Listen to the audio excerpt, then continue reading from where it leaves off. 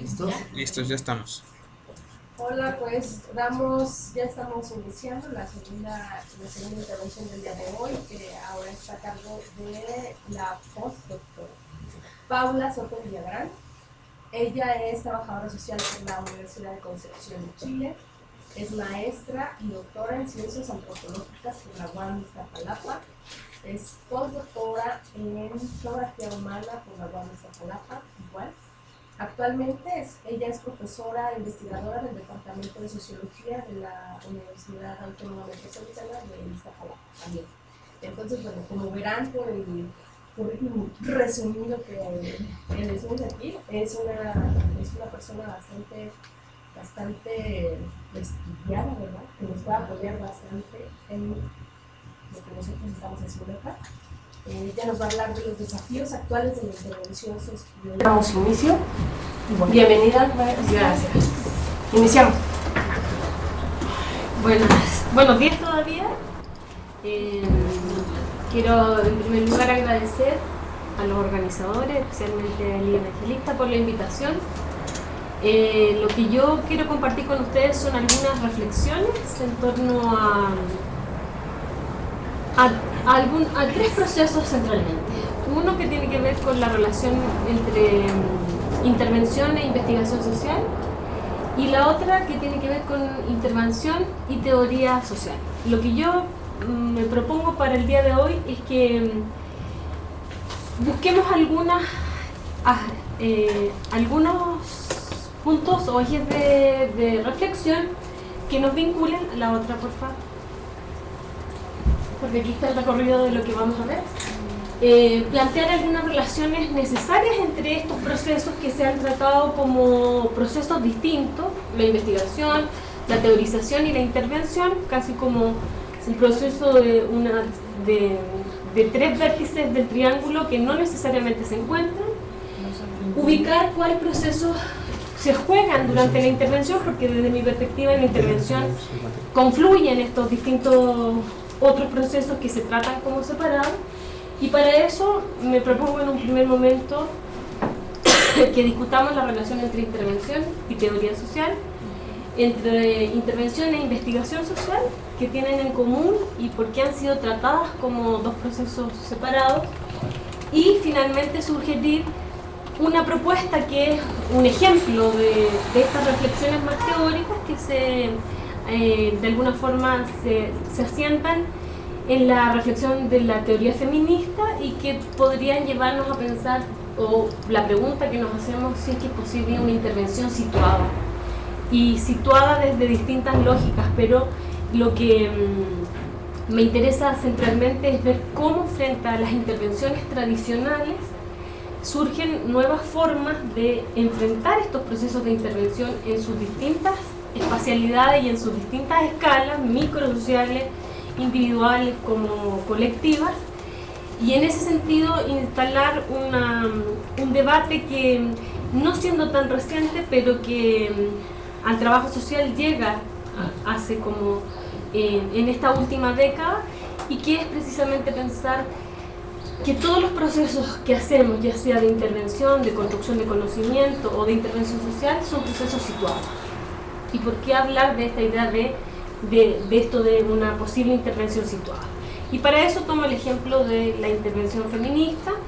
No hago muchas distinciones porque no es hoy día el momento de hacerlas entre género y feminismo. Prefiero hablar de género y feminismo como haciendo similitudes, aunque las diferencias existen, pero por ahora, para el día de hoy, más bien es un ejemplo que me interesa como poner en discusión para que veamos cómo ahí se puede confluir estos distintos otros procesos de reflexión. La que sigue, por favor. Tienen, por favor, toda la libertad, si en algún momento no están de acuerdo, si hay algo disentir, profundizar, volver atrás, me dicen. Yo no tengo ningún problema, además la idea es que precisamente sea esto una reflexión colectiva. De alguna forma es lo que les presentaba, la idea de la intervención social de género, la intervención social feminista, iluminada por estos tres procesos: las miradas teóricas, por las reflexiones sobre la intervención misma como un momento del proceso de hacer del trabajo social, y las transformaciones contextuales que también juegan a la hora de ir viendo cómo esta intervención ha ido variando inevitablemente. O sea, el contexto también tiene elementos que nos permiten repensar esos procesos de intervención a lo largo de estos contextos históricos, sociales, culturales, pero también de contextos teóricos que son los que van de alguna forma alimentando o que van cuestionando las visiones tradicionales de la intervención.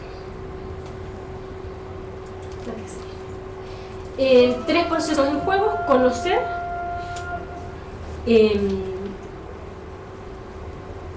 teorizar e intervenir. Pareciera ser que incluso si ustedes se fijan en las propias formaciones del trabajo social, hay una serie de binarismos o de dicotomías que son las que construyen desde la identidad profesional hasta las mallas curriculares. Esta idea de que por un lado está la investigación y la hacen los sociólogos, los antropólogos, los cientistas políticos. La intervención es casi el reducto dentro del cual el trabajador social se mueve, o las trabajadoras sociales se mueven. Esta idea de oposición es, yo creo, una de las dificultades más grandes para pensar los desafíos actuales de este trabajo, del trabajo social, pero particularmente de la intervención, porque la deja acotada a un hacer, a un repertorio de técnicas, a un repertorio de herramientas que no necesariamente están vinculadas con el conocer, ni menos con la teoría. Entonces, de alguna forma, ese es un problema del trabajo social, pero también es un problema de las ciencias sociales. O sea, no es un problema privativo del trabajo social. El gran problema hoy día de los sociólogos es que van a trabajar en las instituciones y no necesariamente tienen esas herramientas de intervención que necesitan, porque ellos están pensados para conocer, para investigar, pero no necesariamente para intervenir. La que sigue.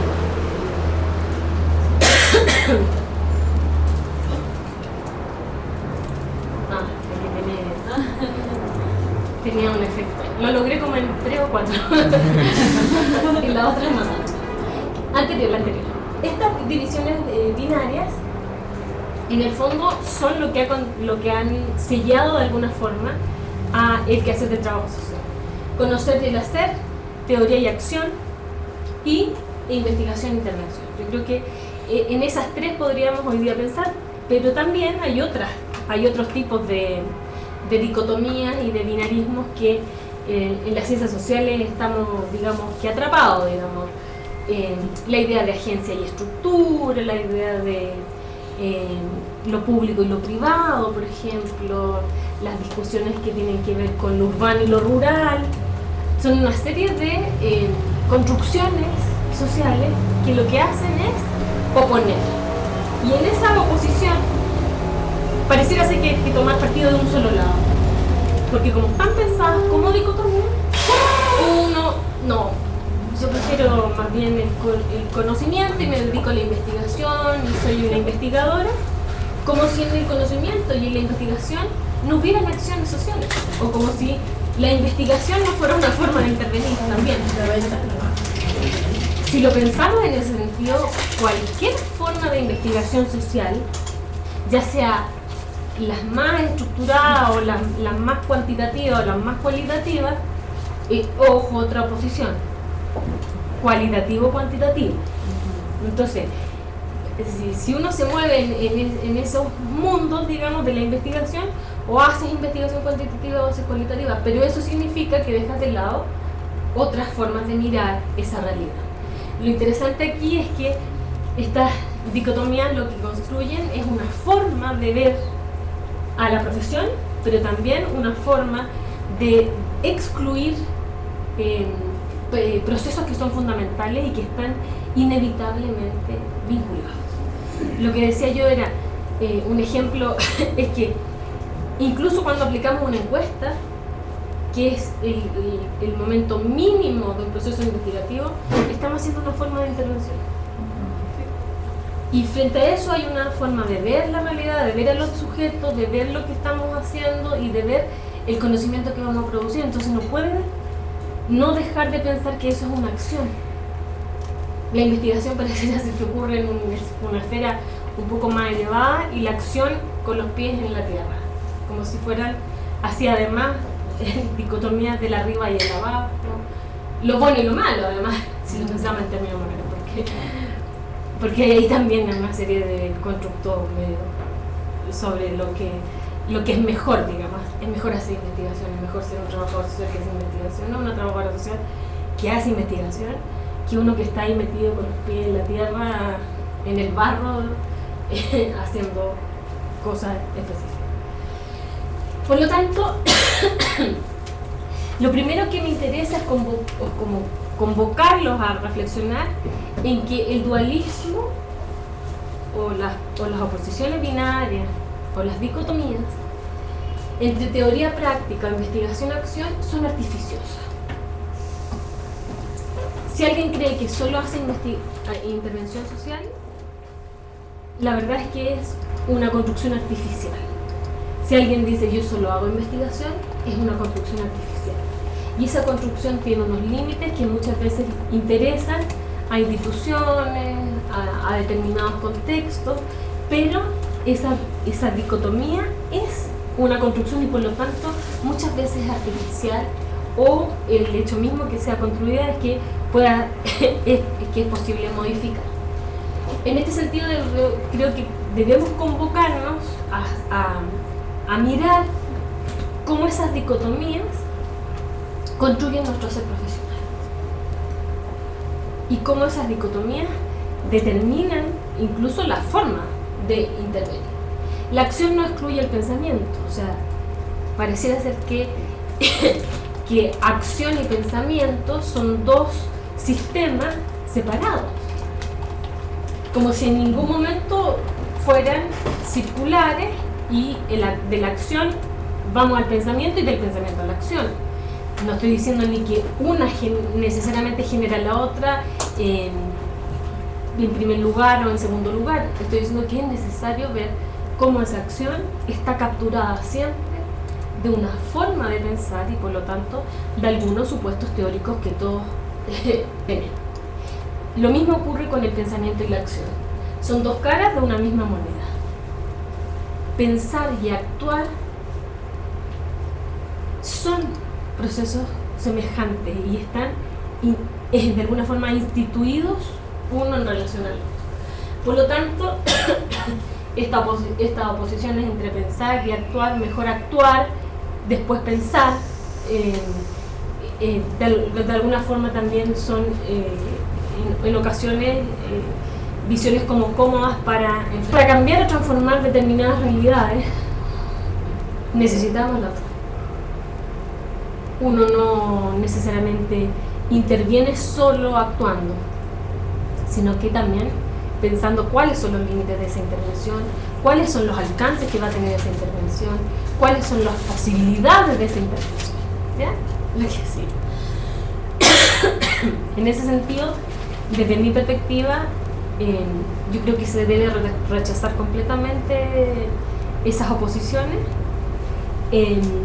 y más bien buscar los vínculos que existen entre ellas. Se debe rechazar categóricamente que constituyan de alguna forma nuestro propio quehacer y por lo tanto cualquier decisión, aún la más empírica que tomemos, aún la más concreta que tomemos, está de alguna forma inseparablemente vinculada con una forma teórica de entender esa realidad. Si en el fondo, si trabajamos con realidades, si trabajamos con sujetos, si trabajamos con problemas, siempre hay una concepción del problema, siempre hay una concepción del sujeto, siempre hay una concepción de esa realidad.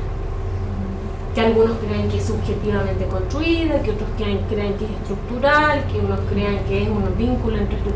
Da lo mismo, pero hay una concepción ahí. ¿Qué es lo que presenta o no los límites, por ejemplo, de lo que podemos cambiar? Si decimos, por ejemplo, que la violencia es estructural y solamente estructural, entonces nos quedamos sentados en la casa esperando que la estructura alguien la desarme, digamos, o le ponga algún tipo de limitaciones, porque en realidad pareciera ser que los sujetos no existen bajo esa situación. Si lo pensamos en esos términos, por lo tanto, nuestras intervenciones van a ser siempre súper limitadas y solo van a ajustarse a esas estructuras. Desde la otra perspectiva, si pensamos que solo son los sujetos los que construyen la realidad y van de alguna forma desarrollando determinados procesos que permiten que la violencia tenga lugar en algún lugar específico, podemos decir tenemos más posibilidades de transformar. Pero en las dos hay una forma de concebir la realidad y de concebir un problema social que es lo que hace que pensemos qué tipo de intervención vamos a realizar. Siempre es que a partir de esa concepción de la realidad que construimos, por ejemplo, los diagnósticos. Siempre hay una concepción de esa realidad, siempre hay una concepción del problema y siempre hay una concepción del sujeto. A veces no queremos necesariamente o hacerla consciente o quizás no nos da el tiempo para detenernos a pensar en eso. Pero eso no significa que no esté. Y por lo tanto, en muchas ocasiones define los límites de nuestra propia acción social. Eso, de alguna forma, pensando en términos de la posición, intervención, teoría. En términos de investigación es mucho más claro. Para mí, que de alguna forma he estado intentando establecer esos vínculos entre intervención e investigación social. Porque en la investigación social todo lo que hacemos es intervenir. O sea, no es un proceso que ocurra en un cubículo cerrado y cada uno haciendo o construyendo su proyecto de investigación. Cuando hacemos investigación social hay claramente lo mismo que recién decíamos.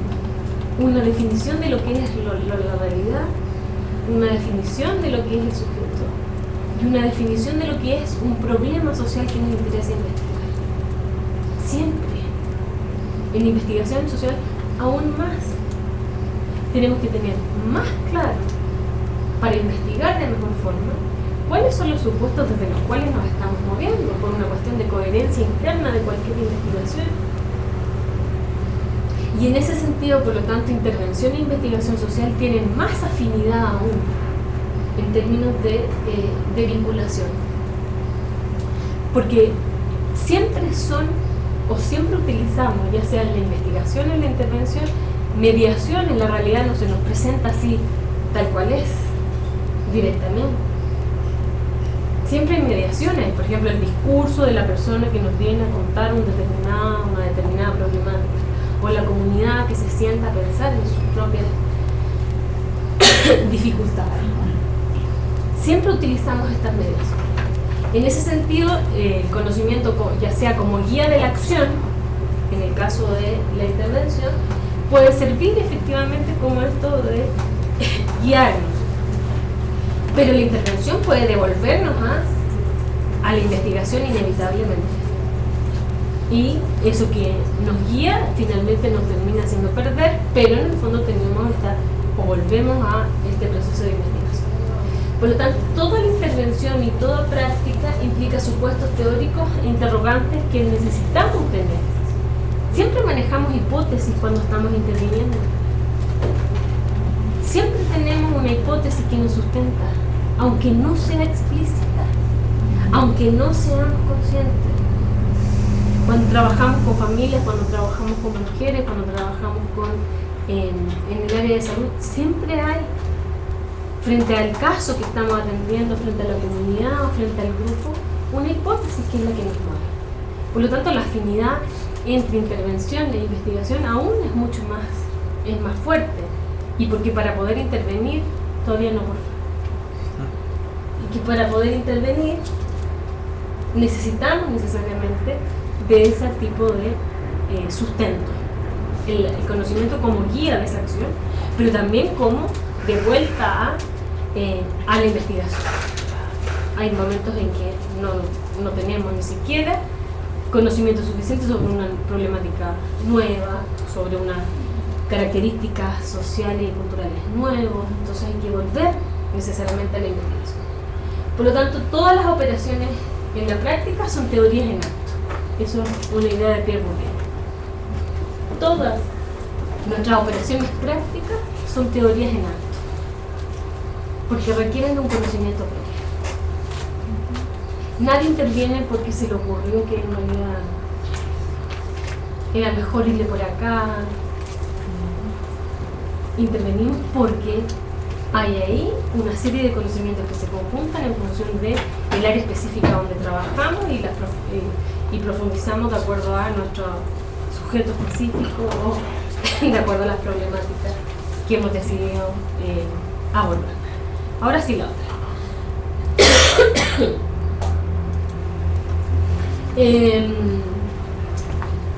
¿Cuál es la propuesta? En el sentido de que Bourdieu pensar en términos relacionales, y eso Bourdieu lo hace para la teoría y para la investigación social. Nosotros podemos perfectamente traerla a la discusión directamente para la intervención.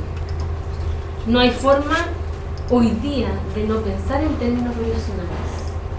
No podemos seguir pensando en términos de que yo sigo mi reducto y hago lo que tengo que hacer, y eso es no solo mi fuente de trabajo, sino que mi fuente de satisfacción personal o lo que sea. Pensar en términos relacionales significa inevitablemente estar entre la teoría y la intervención, entre la investigación y la intervención, y viendo cuáles son esos procesos comunes. Pensar en términos relacionales, por lo tanto, es dejar de pensar que la teoría es una compilación de conceptos, como cuando hacemos las tesis o las tesines y le ponemos marco teórico, así como el marco de la foto que queda ahí, el concepto y el otro concepto, y vamos llenando de concepto y puro concepto y hasta autor, y no podemos seguir pensando que la teoría es solo eso, como tampoco que un poco esa visión más sarcástica de la teoría, y que le sigamos llamando marco teórico a un problema, porque la idea de marco más bien restringe, es lo que restringe, y no dejar discusiones abiertas, como puede ser más bien una discusión teórica, una discusión. Y mientras más autor y más concepto, y vamos rellenando páginas, porque ahí está lo que queremos, que esa visión un poco para reírse, pero tampoco podemos seguir pensando que la intervención es un catálogo de técnicas, y que uno echa mano a las técnicas y las trae, y las prueba, porque ojo que no la estamos probando con ratones de laboratorio, estamos trabajando con personas, con comunidades, estamos trabajando con colectivos, estamos trabajando sobre realidades que no tienen tiempo para ser experimentadas, digamos. Y en ese sentido, que pareciera ser que esas técnicas no tuvieran ningún vínculo ni teórico ni epistemológico, o sea, son técnicas, que es lo mismo que ocurre cuando hacemos investigación, que la investigación se reduce a técnicas. Nuestras investigaciones se reducen a voy a aplicar no sé cuántas encuestas en tal cosa, o voy a hacer una investigación etnográfica, o en el fondo reducir todas las técnicas. Y también ocurre lo mismo con la intervención. No podemos reducir la intervención a técnicas, si no seguimos pensando en opuestos y seguimos alimentando la idea de que para nosotros lo más importante son las técnicas. Entonces mejor llamen al trabajador social o a la trabajadora social cuando sea el momento de aplicar las técnicas, porque ellos saben.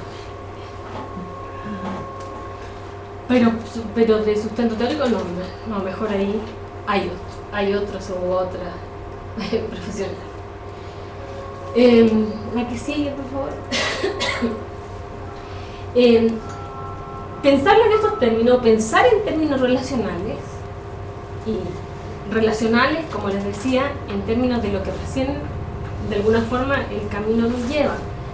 pensar en términos relacionales la intervención con la investigación, pensar en términos relacionales la intervención con la teoría, pensar en términos relacionales, lo que hace es restituirle a la intervención social en cualquiera de sus dimensiones, de sus escalas, es restituirle la importancia que tiene dentro de la propia profesión, dentro del trabajo social.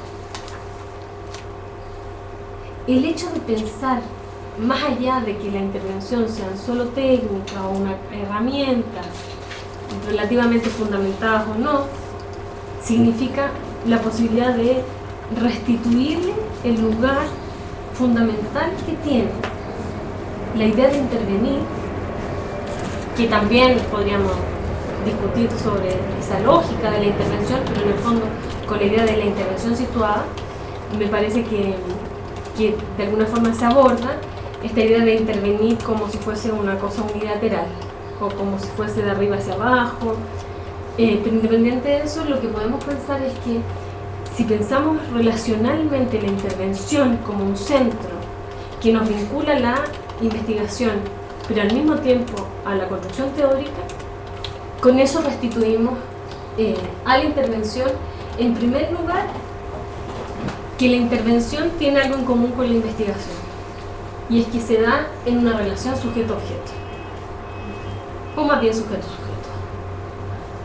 Siempre que intervenimos en relación a un otro. Y esa relación no es ni neutral, ni es parcial, ni es objetiva. Esa es una relación, y como todas las relaciones sociales, están capturadas por miradas culturales y también por cuestiones políticas o relaciones de poder. Por lo tanto, la intervención no es solo una cuestión de técnica, porque las técnicas las podríamos aplicar a todos los contextos sin necesariamente tener en cuenta cuáles son las diferencias o la diversidad de esos contextos, la diversidad de esos sujetos. En primer lugar, pensar en términos relacionales, teniendo la intervención como un centro, nos permite restituirle a la idea de intervención como una relación entre un sujeto que interviene y un sujeto individual o colectivo que es intervenido. Y eso significa restituirle también entonces una posición epistemológica a la intervención. En la intervención hay decisiones epistemológicas, y la más importante es cómo se da esa relación entre sujeto, objeto, entre sujeto y sujeto, cosa que nunca nos detenemos a pensar.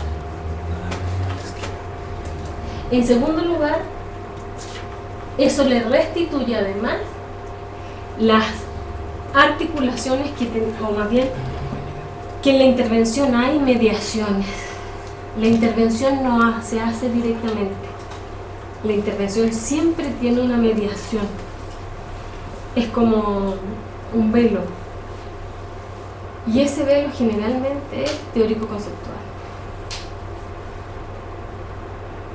¿Cómo estamos concibiendo la problemática de violencia? ¿Cómo estamos concibiendo la problemática de salud mental? ¿Cómo estamos concibiendo la problemática institucional? ¿Cómo estamos concibiendo? La intervención, por lo tanto, deja de tener ese contenido tan estrictamente herramental para adquirir una dimensión epistemológica. Es una relación entre sujetos, pero además en la relación de esos sujetos hay mediaciones. Esas mediaciones no las tenemos necesariamente claras y creemos que el problema se nos aparece como un problema claro. Y como nosotros tenemos todas las herramientas para diagnosticar, además, le ponemos rápidamente nombre. Y en tercer lugar, es necesario que esa intervención, o se le restituye, al pensar en términos relacionales, que esa intervención además implica un conocimiento y un camino. Y dentro de esa idea de camino es que son más posibilidades de las que podamos pensar para un resultado. Por lo tanto, es necesario buscar más de una posibilidad. Es decir, en términos relacionales, lo primero que hace, nos permitiría, es restituir el carácter teórico-epistemológico de la intervención social. La intervención es más allá de las técnicas, la intervención no es solo un proceso de decisiones herramentalmente, sino que es una decisión sobre una relación entre sujetos, sobre qué mediaciones vamos a utilizar y sobre qué caminos vamos a seguir. Además, si pensamos en términos relacionales, podemos entender que nuestras intervenciones tienen limitaciones. La intervención no es ni universal, ni tampoco siempre exitosa. Y en eso, lamentablemente, es así. Hay intervenciones que resultan ser exitosas en términos a lo mejor de una familia, de un caso específico, y para otras no. Eso significa que las intervenciones no necesariamente son las mismas para todos. En tercer lugar, al restituirle este lugar de la intervención como un eje que cruza la investigación, un eje que cruza la producción del conocimiento, también tendríamos que volver a preguntar cuáles son nuestros modos de preguntar sobre una problemática, sobre un diagnóstico o durante un diagnóstico. ¿Cómo nos estamos preguntando? ¿Y a quiénes les estamos preguntando cuál es el problema? Solo así podemos seleccionar de mejor forma estos métodos o metodologías de la intervención. De hecho, hay una diferencia que a mí me interesa, por ejemplo, que utilizaba en mi investigación, pero que también podría ser aplicable a la intervención, y que es de una feminista norteamericana que se llama Sandra Harding, que ella distingue entre epistemología, metodología y método. Y que podríamos pensar en esos términos, porque también no hemos precisado, no hemos llegado a un nivel de precisión, por ejemplo, entre la diferencia entre metodologías de intervención o métodos de intervención. Y lo que dice ella para la investigación es que los métodos son siempre los mismos para investigar. Dice escuchar a las personas, observar a las personas o reconstruir vestigios históricos. Y que todas las disciplinas podrían de alguna forma enmarcarse en esos tres procesos. Pero la metodología, que yo creo que también sería aplicable a la intervención, es cómo aplicamos esas técnicas a la luz de ciertas teorías, a la luz de esos preceptos teóricos. Eso es lo que haría distinto, de alguna forma, los campos disciplinarios. Porque siempre en la investigación ocupamos lo mismo. Escuchamos a las personas, ya sea preguntándole con una encuesta o con una entrevista en profundidad, semiestructurada o cualquiera de sus versiones. Observamos, ya sea participante, no participante, etnográfica o no, y todo el trabajo histórico de reconstrucción de vestigios, ya sea arqueológicos o históricos. Y en ese sentido yo diría que nos falta pensar todavía metodologías de intervención. Cómo esas técnicas se miran a la luz de ciertos procesos teóricos o son interpretados a la luz de esos procesos. Y lo central es que si restituimos el lugar central que tiene la intervención desde esta lógica, tenemos que reconocer en primer lugar que el investigador es un sujeto y por lo tanto tiene una posición social, política, cultural específica. En segundo lugar, que esa relación queda siempre definida o mediada por determinados contextos. Por lo tanto, despojamos a la idea de la intervención no solo como una caja de herramientas o no solo como una serie de procedimientos, sino que además como una serie de procedimientos que cualquiera de nosotros podría aplicar. Es decir, el que interviene o la que interviene tiene una posición dentro de esa relación. Eso es lo que vamos a ver un poquito. ¿Sí? ¿Me sigue? ¿Alguna precisión hasta ahora?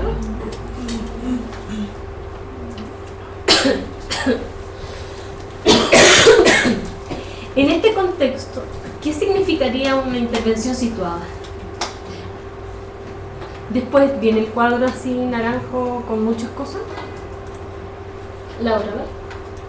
Sí, ahí no estamos, vamos bien. Adelante, sí. Son 2 antes. Izquierdo, anterior y anterior. Por ejemplo. Pensar en una intervención situada significaría, en primer lugar, que la persona que interviene, en este caso el trabajador social, tiene una posición en la sociedad. Y en cualquier relación con un otro, generalmente es una relación siempre de poder. Eso no significa que nosotros tengamos siempre poder, digo. Es más fácil pensarlo en esos términos, es decir, yo como la profesional de la institución que va a una familia y le pide determinada información, o que vienen a la institución y yo en mi posición de profesional e institucional soy la que decido sobre la vida de otro. Eso no necesariamente es así. El otro tiene una serie de poderes que se ponen en juego en esta relación. Tanto que ni uno ni el otro necesariamente están en una posición permanente de subordinación. Hay ocasiones en que efectivamente nuestra posición logra que el otro se subordine. Cuando necesita el informe, cuando necesita una decisión, cuando necesita una coordinación, pero eso no necesariamente es así permanentemente en el proceso de relación entre el sujeto y sujeto. En este sentido, la idea de posición del sujeto aplica tanto para quien interviene como para quien está en esa condición de intervención.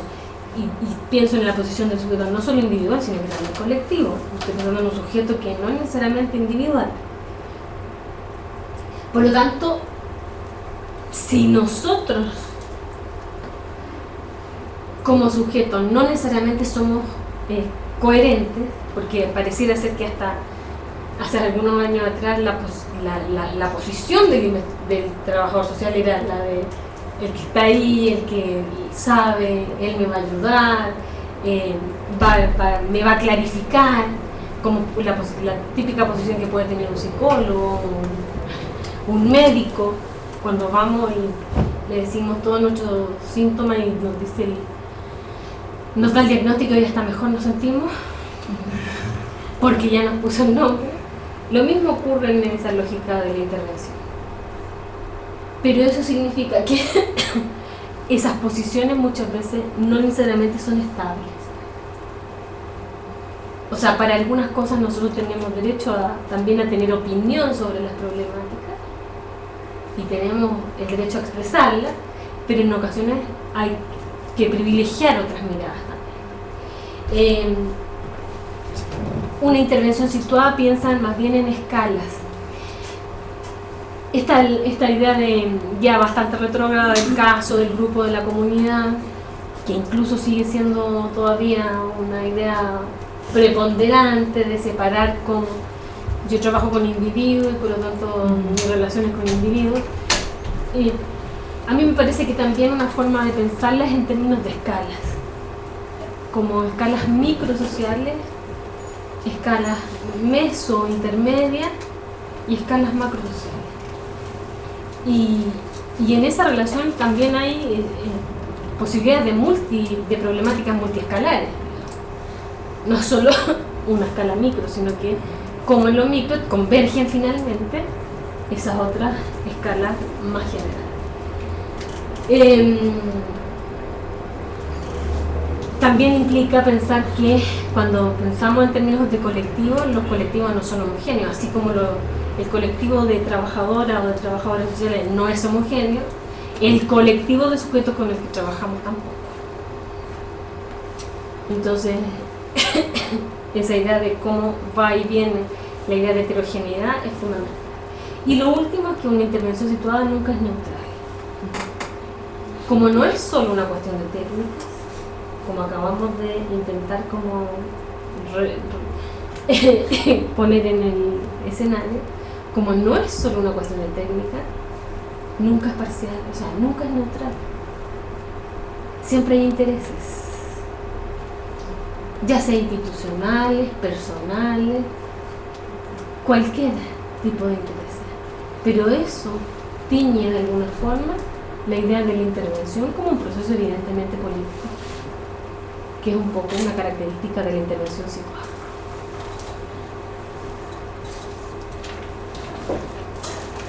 ¿Qué sería una intervención situada? Una intervención situada, uno, a aquella que pone en cuestión las problemáticas de la representación, es decir,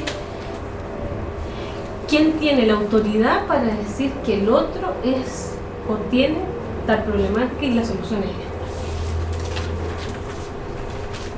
La autoridad académica, la autoridad institucional, la autoridad del conocimiento. En segundo lugar, una intervención situada es aquella que reconoce, y para eso tenemos que estar siempre, permanentemente, como buscando cuál es nuestro papel como analista en ese proceso. Si reconocemos que estamos cumpliendo un papel activo como interventores, entonces nos va a ayudar a perder esa inocencia que muchas veces tenemos y tienen los trabajadores sociales de que vamos a cambiar el mundo, digamos. Y que es posible, digamos, pequeños mundos, pero en el fondo la inocencia, además de que nosotros, o que los cambios los hacen solo las personas. Y entonces mejor me voy tranquila para mi casa, y en mi casa tengo una realidad completamente distinta. Eso, la idea de perder la inocencia, es perder la idea de objetividad, es perder la idea de neutralidad, es perder la idea de que somos parciales. Y que si a mí me contratan es para servir a una institución, y por lo tanto mi neutralidad viene de ahí. Y como soy formada académicamente, entonces más aún soy capaz de distanciarme de lo que está pasando. Y en tercer lugar, la intervención situada es siempre una intervención política. Ahí tenemos que pensar en cómo se va politizando la intervención. No necesariamente partidista, sino que en términos de una relación de poder. Siempre es una intervención que está capturada por estas miradas reflexivas, y sobre todo por quien tiene voz. Y yo creo que ahí hemos sido como casados durante mucho tiempo con la idea de que nosotros le damos la voz a las personas, a los marginales, a los que están en condiciones viviendo algún tipo de desigualdad, etc. El trabajo social o la trabajadora social de alguna forma le da voz a esos que no tienen voz, y que sí es posible, pero también no es la única forma, digamos. No siempre tiene que haber una mediación para que los que no tienen voz la tengan. Ahí es como también generamos las herramientas para que los que no tienen voz tengan la posibilidad de, porque no es que no tengan discurso ni que tengan ideas, que no tienen necesariamente el contexto ni el escenario donde hacerlo. Entonces aquí, por ejemplo, hay una, cómo se va, intenté como confrontar esta visión tradicional de la intervención con las intervenciones que se hacen particularmente con mujeres o desde una perspectiva feminista, o con las intervenciones tradicionales. Una idea central de las intervenciones tradicionales es que uno interviene en un objeto, que el otro es un objeto, y como es un objeto, por lo tanto es pasivo e inferior. Más aún cuando esas distancias son de edad, por ejemplo, o de clase social, y uno está en una posición superior. Un objeto al que viene a descubrir e incluso a darle forma inteligible, a construirlo como tal, como sujeto, como objeto inferior frente al sujeto que interviene, que está siempre en una posición superior. Entonces le decíamos a las mujeres que tú tienes que separar en condiciones de violencia, o tú tienes que ir inmediatamente a denunciar, o tú tienes que... Y en el fondo es la idea de la autoridad. Quien tiene la autoridad para decir lo que le está pasando. Las mujeres como objeto, por lo tanto, son enfocadas desde una perspectiva tradicional desde una perspectiva horizontal. Las intervenciones de género tenderían de alguna forma a generar una cierta horizontalidad en esa intervención. ¿Por qué? Porque se produce un encuentro ahí de reflexividad y por lo tanto habría mayor sensibilidad cuando trabajamos, por ejemplo, mujeres con mujeres. Eso, al menos un supuesto, no necesariamente será. No necesariamente será. Pero en principio el supuesto era que trabajando con mujeres se disminuye la distancia y por lo tanto se produciría una visión un poco más horizontal. La neutralidad y la objetividad de las intervenciones tradicionales han sido una de las grandes exigencias que se nos han impuesto, que se interviene desde una lógica objetiva. Y mientras más científica, más distanciada y por lo tanto más objetiva. La idea como de cientificidad desapegada de la realidad. En el caso de la intervención con mujeres, por ejemplo, la neutralidad y la objetividad han sido, o en algún momento eran la exigencia y de alguna forma el patrón. Sin embargo, cuando se asume que tenemos un papel activo como analistas, como interventores, cuando se asume que la otra, individual o colectivamente, también tiene una posición social, podemos pensar que es posible incluso cuestionar nuestros propios prejuicios sobre esas otras. Porque también se construyen sobre una serie de prejuicios, o sea, las víctimas de violencia, ¿cómo se llama esto? Las campesinas, las rurales, las urbanas, etcétera. Son una serie de juegos conceptuales que en el fondo nominan algo y que al denominar construyen una realidad muchas veces en esa posición inferior. Yo siempre me río porque en Chile, y ahora me di cuenta que acá, cuando uno está embarazada y tiene una edad un poco más grande, les dicen las primigiestas dañosas. Entonces cuando uno va al consultorio, la primigiesta dañosa. Y me di cuenta que aquí también he sido calificada como secundigesta, porque había tenido un embarazo, secundigesta dañosa. Imagínense lo que significa, que te digan, ahí viene la primigesta dañosa, que pase. En el fondo uno está viviendo maravillosamente un proceso y basta que llegue ahí al consultorio familiar para que te echen en casa o te den cuenta que eres añosa y que eso trae ciertos riesgos, por lo tanto tu embarazo además es de riesgo. Eso es solamente como un ejemplo, pero significa que somos nominadas de alguna forma desde estas como estructuras de poder.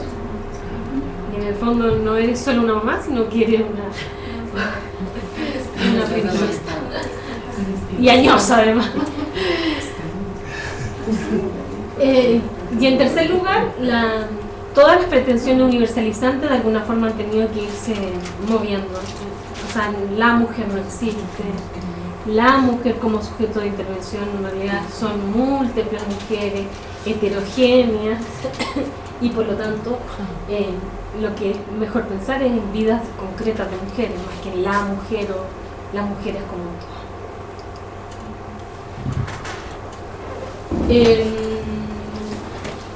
La que sigue por acá. A ver, solo una idea. Por lo tanto, la intervención situada además tendría como contexto teórico lo que se ha denominado la ruptura epistemológica, y que significa que el conocimiento no es objetivo, sino que se produce de acuerdo a distintas posiciones, que no es posible establecer universalidad en el conocimiento, sino que ni regularidades sociales, y por lo tanto el contexto es fundamental a la hora de producir el conocimiento. La intervención situada entonces estaría asociada a un momento dentro de las propias ciencias sociales y de alguna forma el pensamiento feminista ha contribuido a esta idea de ruptura epistemológica. La que sigue. Entonces la pregunta es, ¿podrá haber una intervención feminista? O sea, ¿podrá haber una intervención realmente feminista, una intervención de género, que tomando en consideración todos estos procesos, sea capaz de producir elementos y condiciones para que se dé un tipo de intervención específica para las mujeres? Y en ese sentido, ¿habrá un modo distintivo de intervenir? ¿Será posible pensar en un tipo específico de intervención, por ejemplo, que se haga con niños, que se haga con adultos mayores, o que se haga con mujeres, o con... ¿Sobre qué base podría existir esa intervención feminista? Y pregunta más importante es si efectivamente esta intervención situada desde una lógica de género feminista complementa o realmente desafía a las intervenciones tradicionales. Y algunas posibles respuestas, que no las tengo, digamos, sino que solo para jugar ahí la que sigue a esta respuesta, es que efectivamente cualquier intervención de corte feminista tiene tres ideas fundamentales. Uno, que no es neutral al género, es decir, se expresa abiertamente a la idea de las relaciones de género y por lo tanto no habría neutralidad, es decir, no es lo mismo intervenir con una mujer que con un hombre. En segundo lugar, que considera la heterogeneidad de las mujeres y por lo tanto las específicas situaciones en las que las mujeres se desenvuelven. Y en tercer lugar, que hay intervenciones, y esto es bien interesante, hay intervenciones que se realizan con mujeres y que se denominan intervenciones como intervenciones con mujeres, y otras que son las intervenciones de género. Es decir, una cosa es intervenir, ya sea desde la planificación hasta los actos más concretos, con mujeres, y otra cosa es intervenir desde una lógica de género. Y en un primer momento la mayor parte de las intervenciones que se hacían con un corte feminista eran solo intervenciones con mujeres. Era tomar a las mujeres de aquí, a la mujer campesina, pero no había necesariamente una reflexión sobre el género. En un segundo momento aparece ya la intervención de género y por lo tanto poniendo en contexto que esas relaciones y entre mujeres tenían que tener este contexto más general. ¿Va que sí?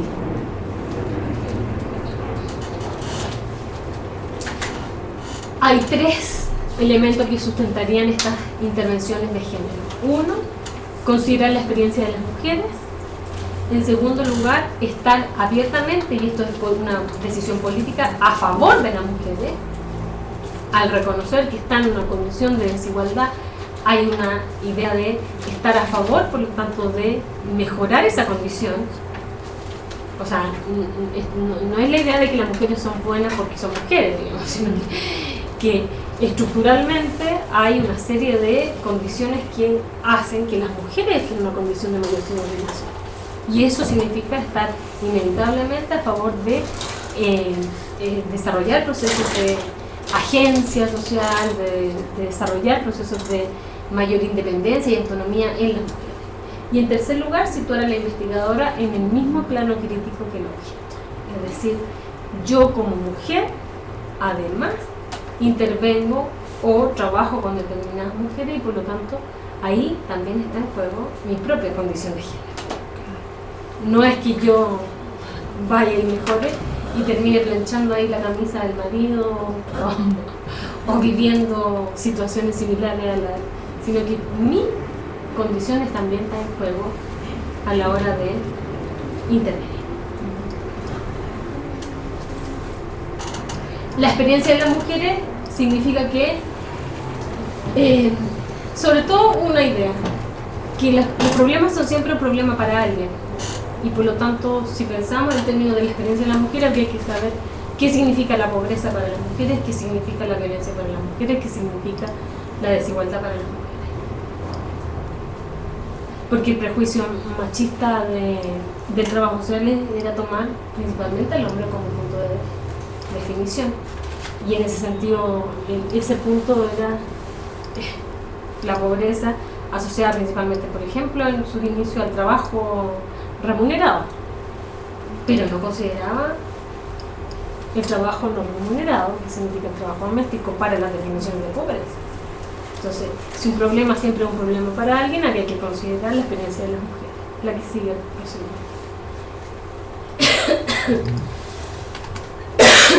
El compromiso a favor de las mujeres significa que los fenómenos sociales de alguna forma no solo la afectan de manera distinta, sino que además hay en esa experiencia formas de solución, formas de resolverlo que ya están en juego en su propia expertise o en su cotidianidad que es necesario recuperar. Y una idea tan simple como que hombres y mujeres tienen distintos papeles en la sociedad y que esos papeles además están regulados social y estructuralmente y son la mayor parte sustentados en procesos de desigualdad. Y la tercera idea, que ya la habíamos mencionado, es que ¿la que sigue? Nos tenemos que situar en el mismo plano crítico. O sea, en el caso de intervenciones feministas, no somos mujeres y por lo tanto mujeres y hombres, y estamos también en juego a la hora de pensar críticamente la relación de intervención. Y estas son unas preguntas que podemos, con las cuales podemos discutir un rato para cerrar. ¿Desde dónde estamos pensando o desde dónde piensan ustedes la intervención social? ¿Cómo están concibiendo esa relación teoría-práctica? ¿Cuál es nuestro interés en los procesos de intervención? ¿Y cómo se expresa la relación sujeto-objeto, subjetividad-objetividad en nuestras propias prácticas profesionales o en nuestros proyectos de conocimiento o en la intervención social? Así que yo lo dejaría hasta aquí y podemos abrir algún momento de preguntas.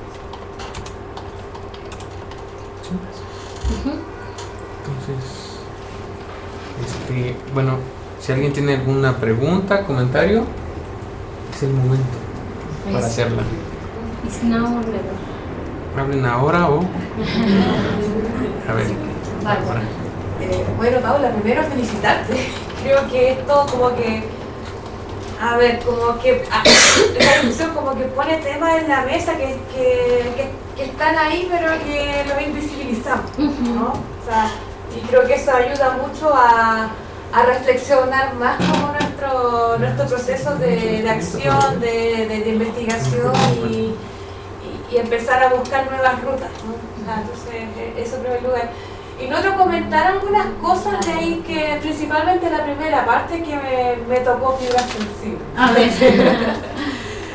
Sobre todo esta relación de las dicotomías, que estamos como tan... O sea, están tan profundamente no sé, como en nuestro imaginario, o sea, pero no es un tema solamente de la institución o de las universidades, es un tema de la convivencia social occidental, o sea, que lo tenemos, o sea, desde que nacemos ya nos están categorizando, nos estamos categorizando nosotros, o sea, y ya cuando uno llega a la universidad, uno ya llega con esa predisposición a dividir la realidad y dividirla entre superiores, inferiores, y, o sea, como que ya traemos eso en el ADN social, digamos.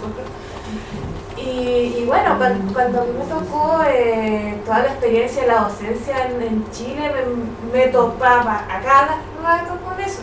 O sea, desde los estudiantes que, por ejemplo, hubo cambios de mallas curriculares en algunas escuelas que estuve, donde se buscaba integrar esto de la investigación con la intervención, y había estudiantes en contra. O sea, chicos que decían, ¿y por qué tenemos que investigar desde la práctica?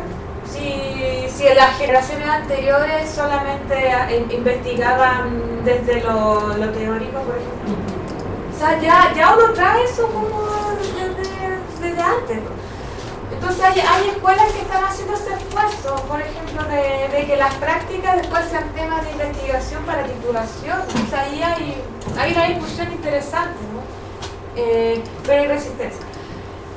También en las prácticas, por ejemplo, a nosotros en las prácticas los mismos estudiantes también, o los colegas, se empezaban a quejar por ciertos cambios, esto de lo micro, lo meso, lo macro social como prácticas respectivas. Y antes se trabajaba comunidad, familia, grupo, también la resistencia al cambio, o sea, claro, de que no, porque las generaciones anteriores tenían como esta formación más delimitada.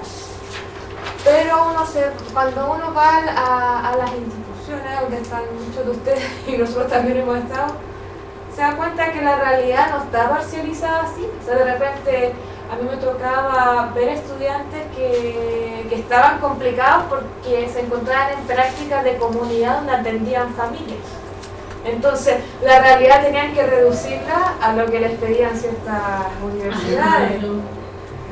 O al revés, no sé, estudiantes que mandábamos para trabajo con familia y hacían trabajo comunitario.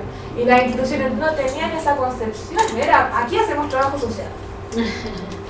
Entonces las universidades estábamos fragmentando todavía la realidad. Pero esto abarca otros proyectos que están tratando de integrar, hay resistencia. Entonces yo siento que es una discusión que se está abriendo con hartas dificultades y que también tiene que ver cómo nosotros hemos sido socialmente permeados para entender la realidad. Y que hoy día eso que tú estás mencionando, la dicotomía, se está empezando a discutir, pero, o sea, y que en el fondo es volver a pensar un poco cómo la realidad funciona. ¿Qué es lo complejo, lo dinámico, lo complementario? O sea, entonces, bueno, se puede decir mil cosas, pero yo creo que hay que seguir avanzando en estas líneas, con todas las piedras del choque. y bueno, uno, que la dicotomía sustenta los procesos de constitución de la modernidad y en realidad hemos sido tan modernos para pensar en el fondo. Y un ejemplo de esta dicotomía y que se reflejan en todos los planos. Nosotros, por ejemplo, cuando uno hace investigación, una de las más perversas dicotomías es la oposición cualitativo-cuantitativo, por ejemplo. Entonces, estamos, por ejemplo, en un proceso de investigación con el Banco Interamericano de Desarrollo para evaluar la política de transporte de segregación en el metro, en Viajemos Segura, de aquí del DF, y costó un montón que el banco aceptara una propuesta de investigación que tuviera una visión cualitativa, porque lo que ellos necesitaban eran datos, encuestas, y solo eso es lo real, digamos. Pero no la experiencia cotidiana de las mujeres que viajamos en el metro y que nos separan y que además vivimos particulares situaciones de inseguridad y de victimización, etc. Pero ocurre en todos los niveles.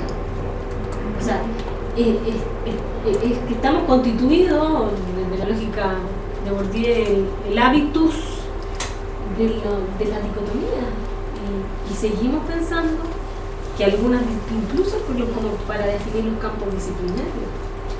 O sea, es súper perverso el sistema binario, porque nos impide pensar en eso complejo que significa la realidad. Y también desde una lógica de comodidad, mejor uno hace esto y que en realidad lo otro haga otra cosa. Pero efectivamente uno de los problemas que yo visualizo como mayor dificultad, aunque sí han habido avances, y por ejemplo en la teoría social, quienes mayor avance han tenido en unificar estos dualismos son precisamente las teóricas feministas, que han intentado empezar a repensar, por ejemplo, la idea del hombre y la mujer y esta constitución de género femenino masculino, poniendo muchas más posibilidades en estas mediaciones, y es esfuerzos así teóricos, serios de vinculación teórica, Bourdieu y Giddens en sociología, pero en otras disciplinas va cada vez más difícil pensar en términos de lo binario. Incluso si pensamos en las políticas sociales, cómo están construidas, la idea de lo rural y lo urbano, cómo se construyen las propias políticas. En realidad están mezcladas como las de Ciudad, solo pensar la Ciudad de México, que dentro de ella hay pueblos, hay centros urbanos y categorizamos en términos de oponer. Pero sí tienen razón, ahí tenemos resistencia instituyente en las propias personas. ¿Quieres decir algo? Sí, que serían como dos cosas, y es como dos caminos que a lo mejor se están ahí. Uno es la idea de categorizar o hacer dicotomías. Yo diría que no le pongamos como un adjetivo que es moral, pues, ¿no? Las dicotomías o los dualismos no son ni buenos ni malos.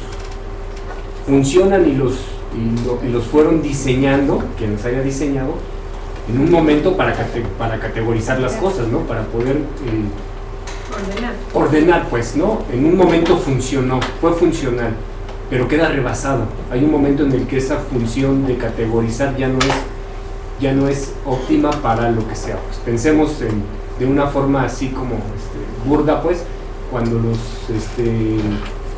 estaban categorizando entre vacas y borregos, pues, ¿no? Tenías que saber qué era una vaca y un borrego. Esa fue una forma que funcionó. Ahora, si lo llevas a un plano más, con un análisis social más grande, pues puedes pensarlo en hombre, varón, mujer, ¿no? Funcionaba en algún momento la categorización varón-mujer para saber qué era varón y diferenciarlo de las características de una mujer. Sí, funcionó en un momento. Pero esa categorización tuvo como consecuencia pensar que había características innatas para ser mujer y características innatas para ser varón. Y entonces trajo como un montón de consecuencias pensar en el hombre o el varón sí puede votar y la mujer no puede votar porque en ese momento quedó desfasada esa función de categoría. Y hay que pensar en otra. Las teóricas feministas pensaron en otra. Y ahora pensar en nada más en esos dos géneros de mujer y varón ya queda hasta rebasado, ¿no? Hay quien mete otro más. Entonces, en algún momento funcionan. Si después lo traspasas a un asunto de lo que decían, cómo lo van a vivir en sus instituciones, pues las instituciones, el ejemplo que ponías de Pirmigés Tañosa, sirve para categorizar. Pues tienes que sistematizar y hacer un montón de análisis con esos datos. ¿Cuántas Pirmigés Tañosas vienen y cómo las estoy atendiendo?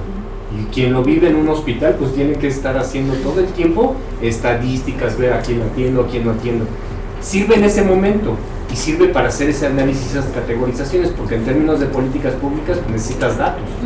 Si no, ¿cómo sabes que funciona eso o no funciona?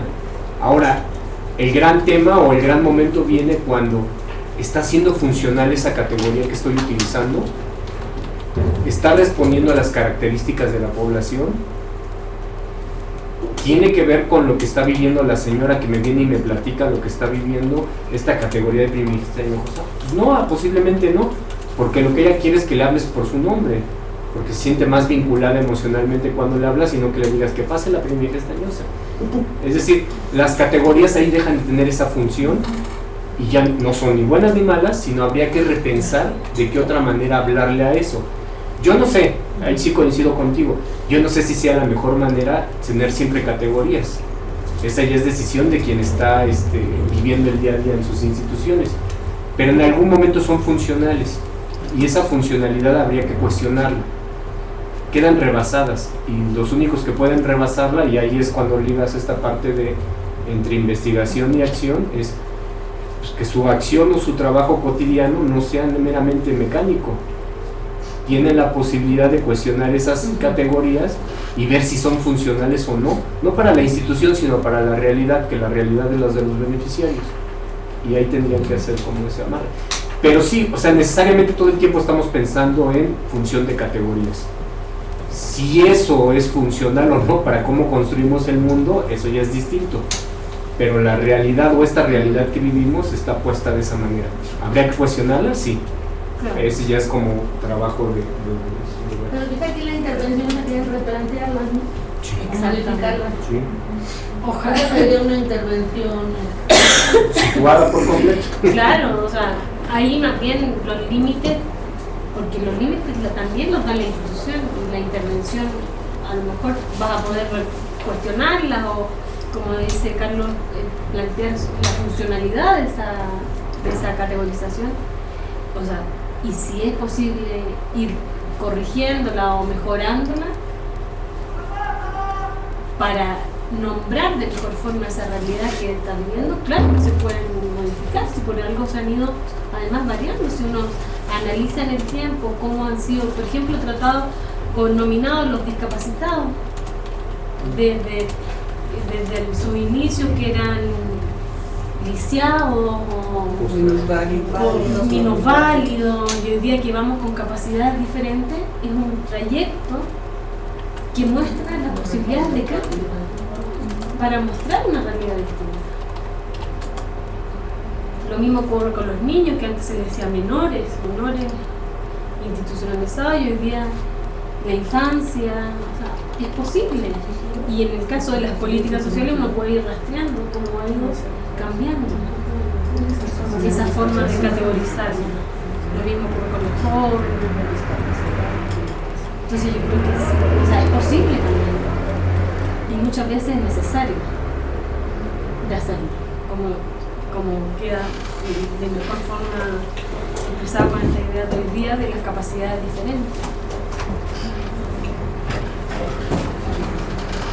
Porque esa sí quiere una categoría construida desde la objetividad, desde la verticalidad, desde, o sea, todo lo posible. O sea, el mejor ejemplo de la visión del sujeto de la intervención tradicional.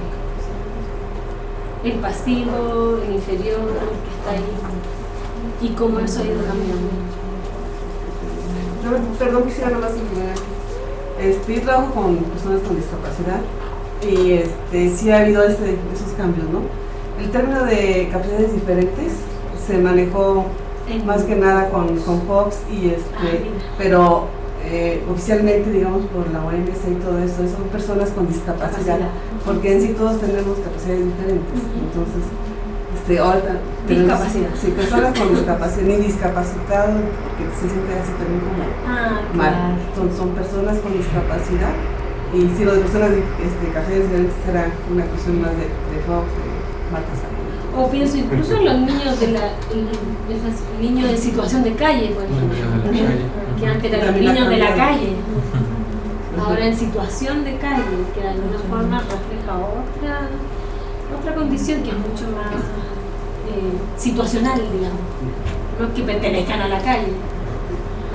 Y todavía más, y ahora los derechos humanos de personas con discapacidad ya ni siquiera quieren nombrarlos personas con discapacidad, sino ahora se les dice con limitación. Ahora ni siquiera van cambiando día con día los términos, y los derechos humanos abogan que se les diga así, personas con limitación. No sé, limitación física o mental, pero limitación que está aquí diciendo sobre una limitación. Que la discapacidad la hace la sociedad. Claro. Antes era más cuestión de salud y todo eso, y ahorita ya la cuestión de discapacidad lo hace la sociedad, o sea, porque no le da esas facilidades para que las personas tengan las oportunidades. Se va cambiando el concepto. Pero ahí lo que cambia no es solo la forma de identificarlo, sino que es la visión del sujeto, que es lo interesante. Es cómo se ve a ese otro lo que cambia, que queda ahí confirmado en un término, pero lo que hay detrás, por ejemplo, lo que tú dices, es todo un discurso de los derechos humanos, de cómo en la denominación hay un juego de palabras que puede ser prejuicioso, estigmatizante, que genera desigualdad, etc. Sí. Y de hecho, más bien es, o sea, esto que planteabas como como la provocación que está en verla todo el mundo en términos de categorías te lleva a eso. Por ejemplo, esto de las personas con discapacidad. De entrada tuvo que haber un giro lingüístico para llamarles personas, ¿no? En plural, pues no, ya no es en singular, porque no todos vivimos de la misma manera. Si tuvieras una discapacidad, la discapacidad. Entonces ahí hay un giro lingüístico.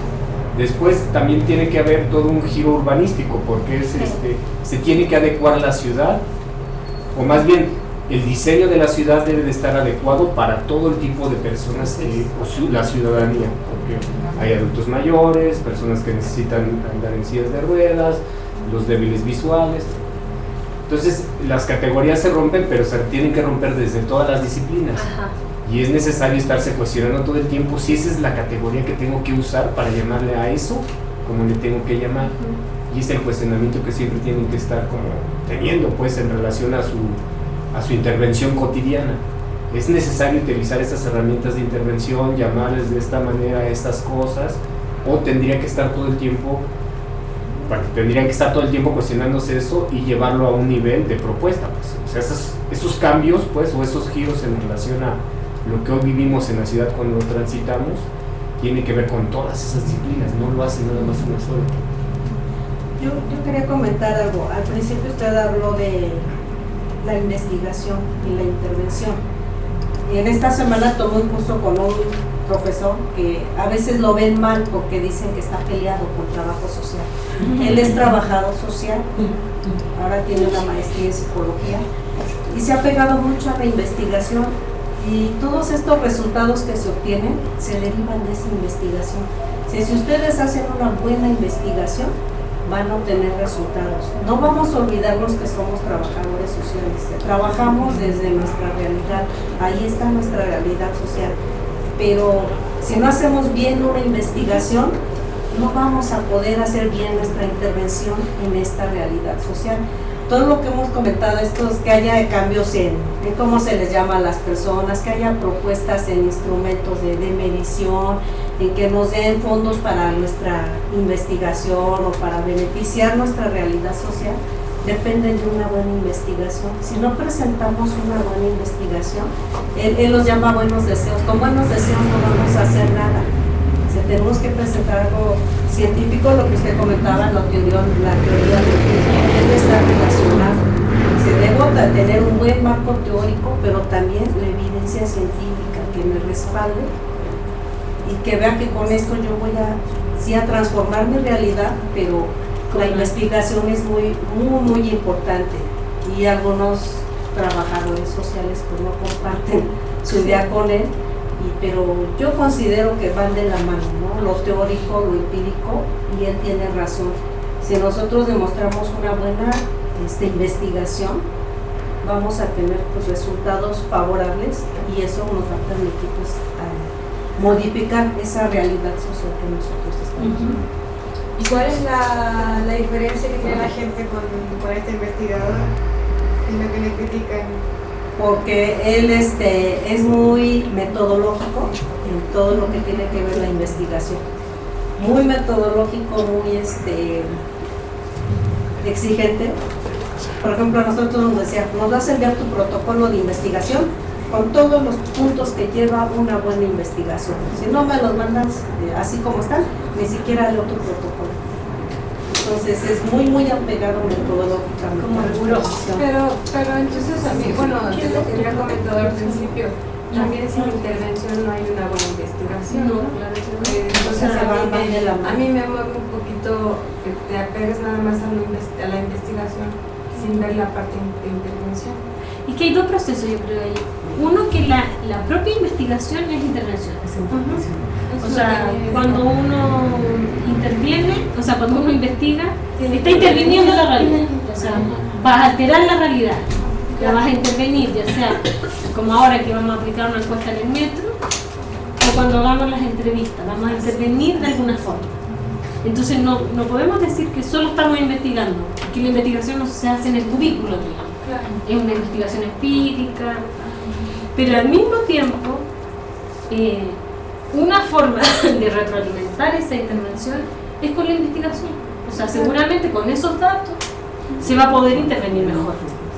Con el protocolo. Exacto, con la rigurosidad investigativa. Y eso debería ser en cualquier disciplina, digamos, la rigurosidad del método y de la metodología en este caso, que es como esos datos además son interpretados desde una lógica. Porque no es solo producir datos. O sea, es cómo interpretamos esos datos a la luz de ciertos supuestos teóricos.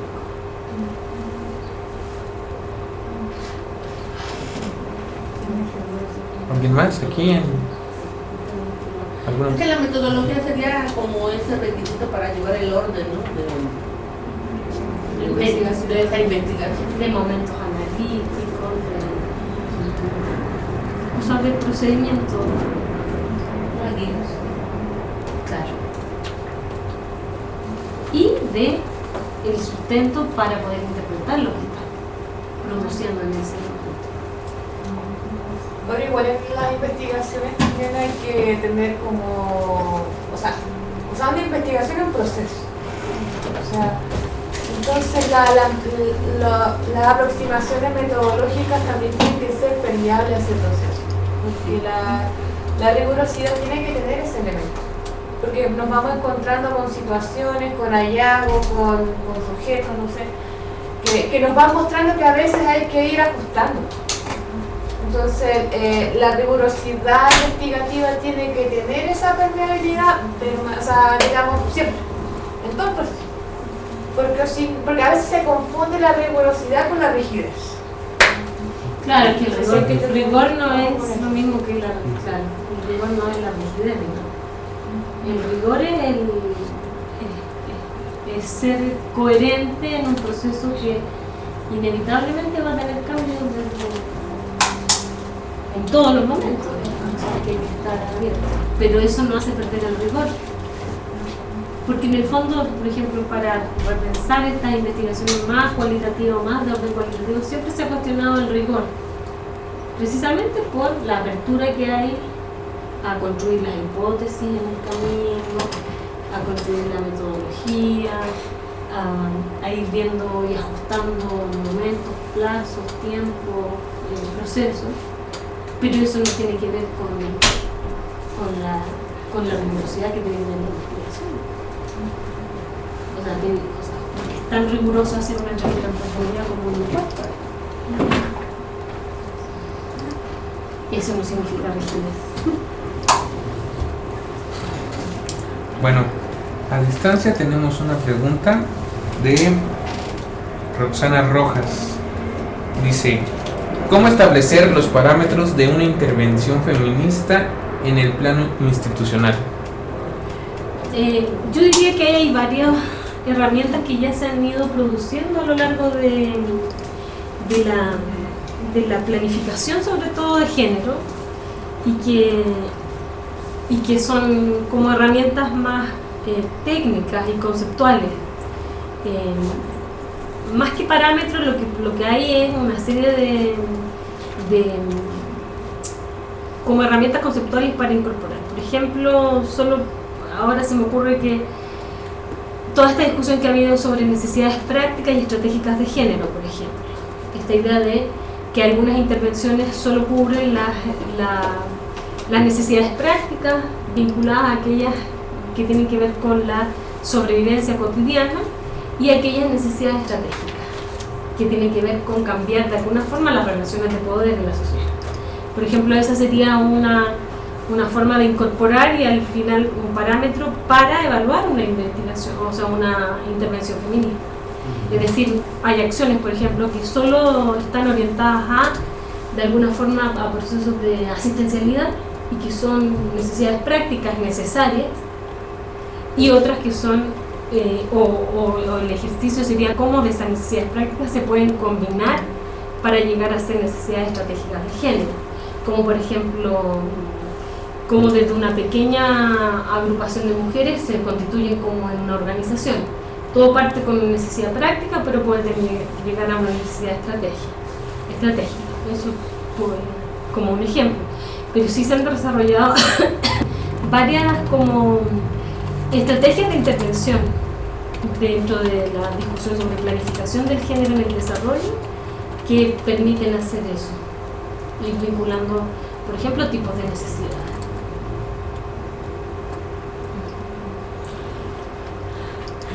Es la única pregunta que tenemos a distancia. Todos los demás comentarios son felicitaciones, y si nos puede dejar su correo para alguna aclaración. Paula. Ajá. .soto.bechica paula.soto.v@gmail.com. Ok.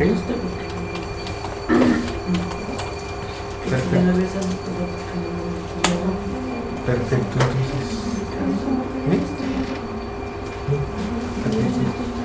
Bueno, entonces, a distancia sería todo.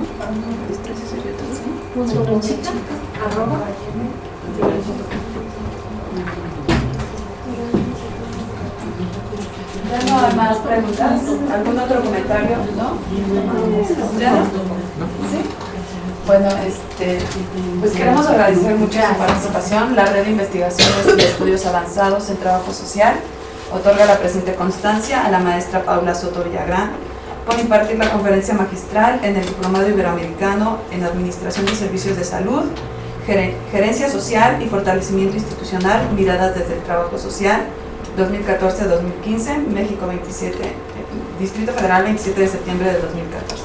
Muchísimas gracias. Gracias. Muchísimas gracias. Estos temas son como una invitación para reflexionar y para mejorar cada vez más pues esta profesión, ¿no? En la que estamos día con día en nuestras instituciones, en nuestro quehacer profesional. Creo que es una invitación para mejorar. Muchas gracias. No, y de mucha reflexión, en verdad, muy buena, me encantó porque, como dicen, son cuestiones que comentaba la maestra Bárbara, son cuestiones que a veces no son tan visibles, y que a veces no sabemos cómo llamarla, pero que están ahí, ¿no? Y que aparte esto nos ayuda a mejorar, ¿no? Nos ayuda a mejorar cada una de nuestros trabajos. Sí, muchas gracias. Y gracias por participar, porque también con sus intervenciones se retroalimenta todo. Muy interesante. Gracias. Muchísimas gracias a todos por su participación. Gracias. A continuación, todavía no nos vamos. Algunos ya les habíamos comentado que íbamos a darles una información sobre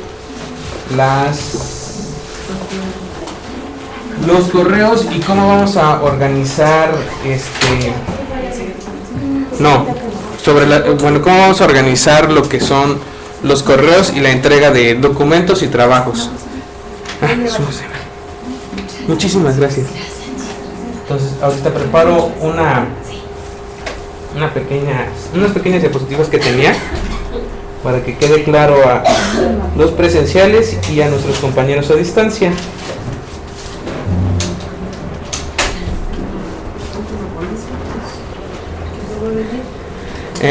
Ahorita también les vamos a dar el aviso, les vamos a dar todos los avisos. Nada más permítanme un minutito y con mucho gusto.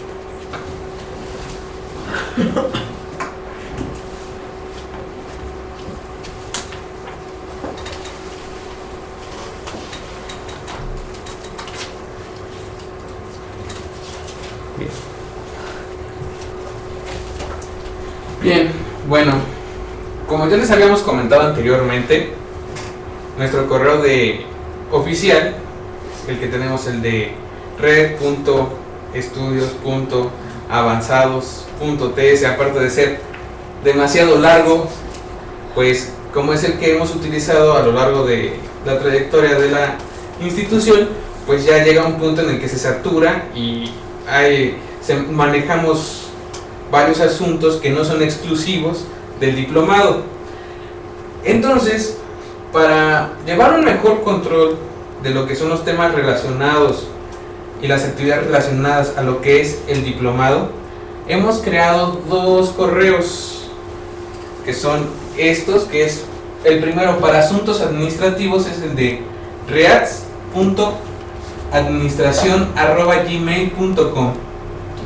En este correo vamos a ver los temas relacionados con lo que son las inscripciones, cualquier duda o tema relacionado con la inscripción y la cuestión de pagos, ¿no? Y el seguimiento que se le está dando a esta parte de los pagos. Y el segundo correo, este correo va a estar a cargo de un servidor, Alejandro Alcalde, y de la maestra Mónica Laura. Nosotros vamos a ser quienes vamos a llevar el control de inscripciones y pagos. Posteriormente también hay un correo de asuntos académicos, el cual es seguimiento.reats@gmail.com. En este correo se va a ver todo lo relacionado a los métodos de evaluación, la entrega de trabajos para su calificación, como son los ensayos que van a hacer de cada módulo. Este correo, aparte de los trabajos, también cualquier duda que tengan sobre alguna de las ponencias que hayamos tenido aquí, esta área se va a encargar de canalizar sus inquietudes con los ponentes, ¿no? Va a ser el vínculo que ustedes van a tener entre los ponentes, el maestro Eli y va a ser ese vínculo, ya no le doy más vueltas, ¿no? Entonces, este correo va a estar a cargo de la licenciada Rocío y del licenciado Juan Alberto Salazar. Entonces, para que sepan a quién dirigirse. ¿Le podemos dar a la siguiente diapositiva? Bien. Para el caso de administración, vamos a mandar un primer correo que va a ser los documentos de inscripción. Para llevar un mejor control, les vamos a solicitar de su valiosísimo apoyo para que nos puedan enviar de nuevo, pero se lo suplicamos en un solo correo, los documentos de inscripción junto con sus vouchers de pago, en un solo correo. No nos manden, por favor, inscripción 1 y después inscripción 2, o en un correo nos manden primero ficha de registro y después voucher de pago.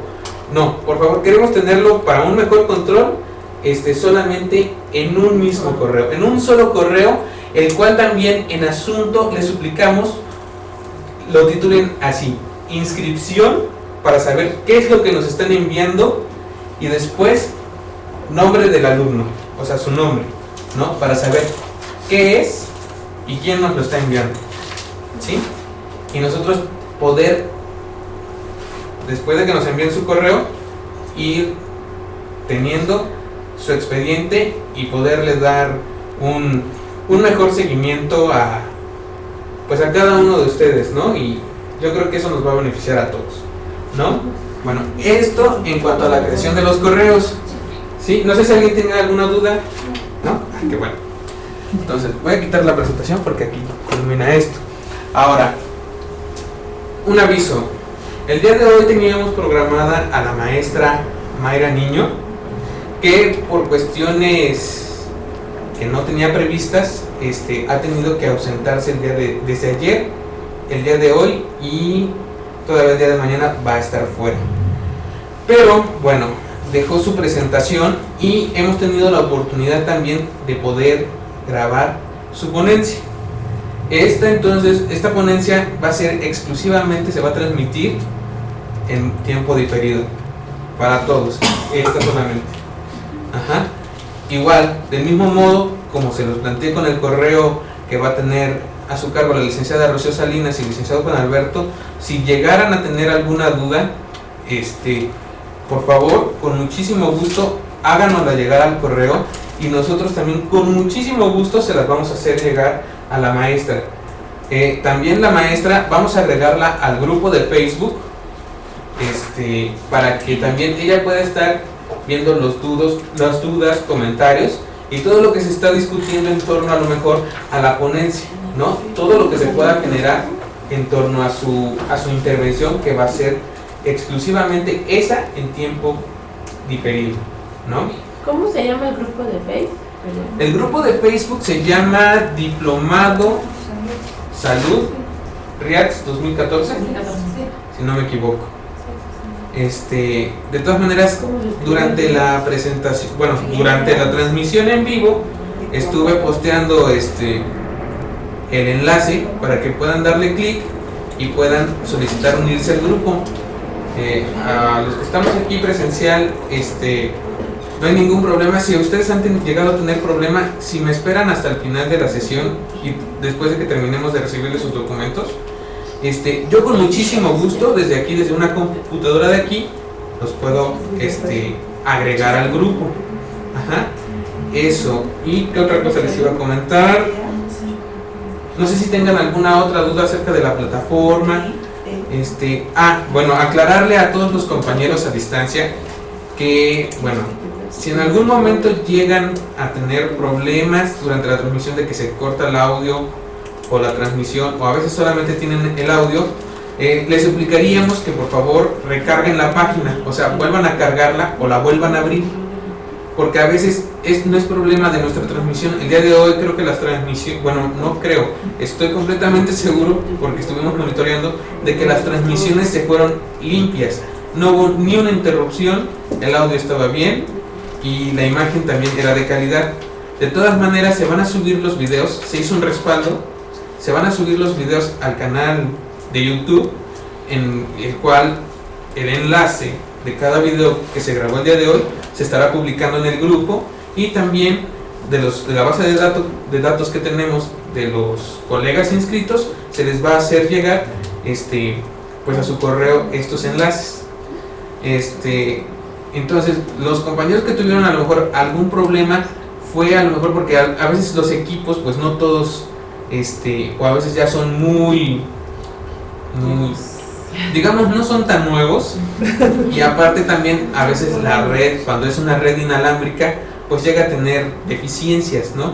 Por eso también les solicitamos que, de ser posible, puedan conectar su equipo con un cable de Ethernet, para que no haya ninguna interrupción con la red de su internet, ¿no? No sé si alguna otra duda, comentario, conflicto existencial que pueda llegar a... ¿No? Bueno, entonces, de todas maneras, para los compañeros a distancia, voy a elaborar un video tutorial que les voy a hacer llegar a su correo para poder explicarles bien cómo es el funcionamiento de la red, qué hacer en caso de que se les llegue a trabar. Y también nos habían llegado algunas dudas de que habían tenido problemas para poder visualizar los videos de YouTube.